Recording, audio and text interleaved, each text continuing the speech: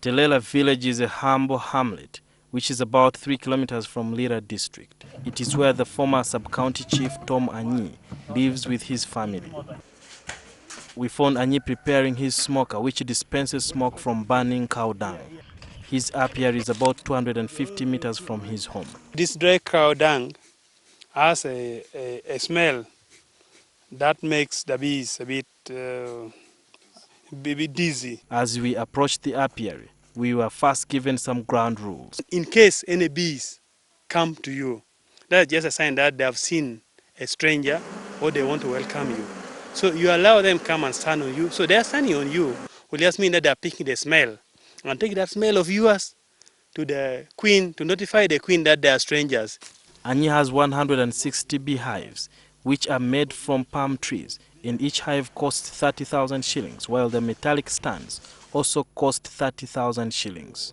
In order to attract the bees, Anyi says you require a dangling bait by smearing the hive with wax combs. It doesn't demand a lot of time. You can just hang your beehive. After hanging, you ensure that it colonizes. To make your bee colonize, it is only now making the environment clean. After the bees have entered the hive, the front lid is where they converge to make wax. Although there are hundreds of bees in each of the hives, Anyi said that there are different types of bees. These very small bees, they are also very good bees who are very active and very productive. But these medium size also do at least a medium production.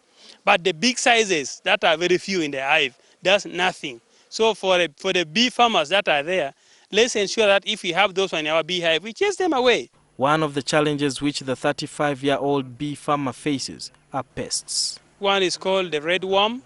The red worm is locally known as Maori in Lango. There's a bird which always comes and camp at the entrance of the beehive.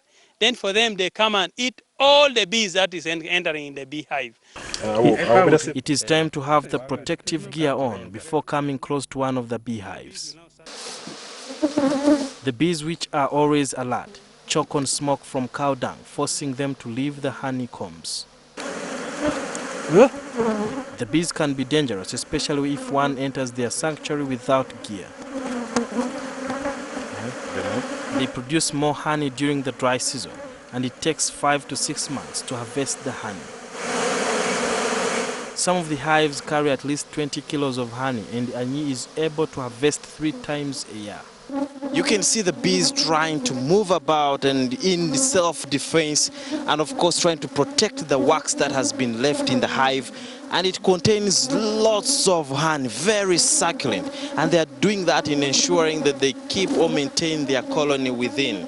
And one strange thing that Ayo told me is that after 3 months, all these bees that are busy here trying to protect themselves and also make some more honey will all die, and the new generation of the bees will also emerge.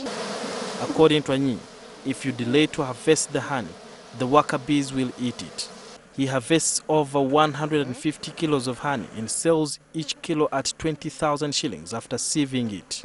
The remains for the combs that we have, we always use for making with the Anyi wine. And the market for this wine is also good. We're also selling the beeswax a kilo at 30,000. Although honey is not perishable and is one of the most consumed bee products around the world, Anyi said that there is a readily available market in Saudi Arabia and the UK. The bees entirely depend on flowers for nectar, which they carry on their legs, and it is the raw material for making honey.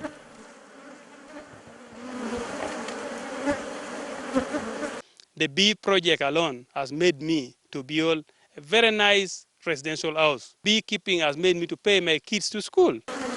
Anyi started his apiary with 600,000 shillings. The investment has since grown, earning him 50 million shillings annually. Sudil Biarhanga, NTV.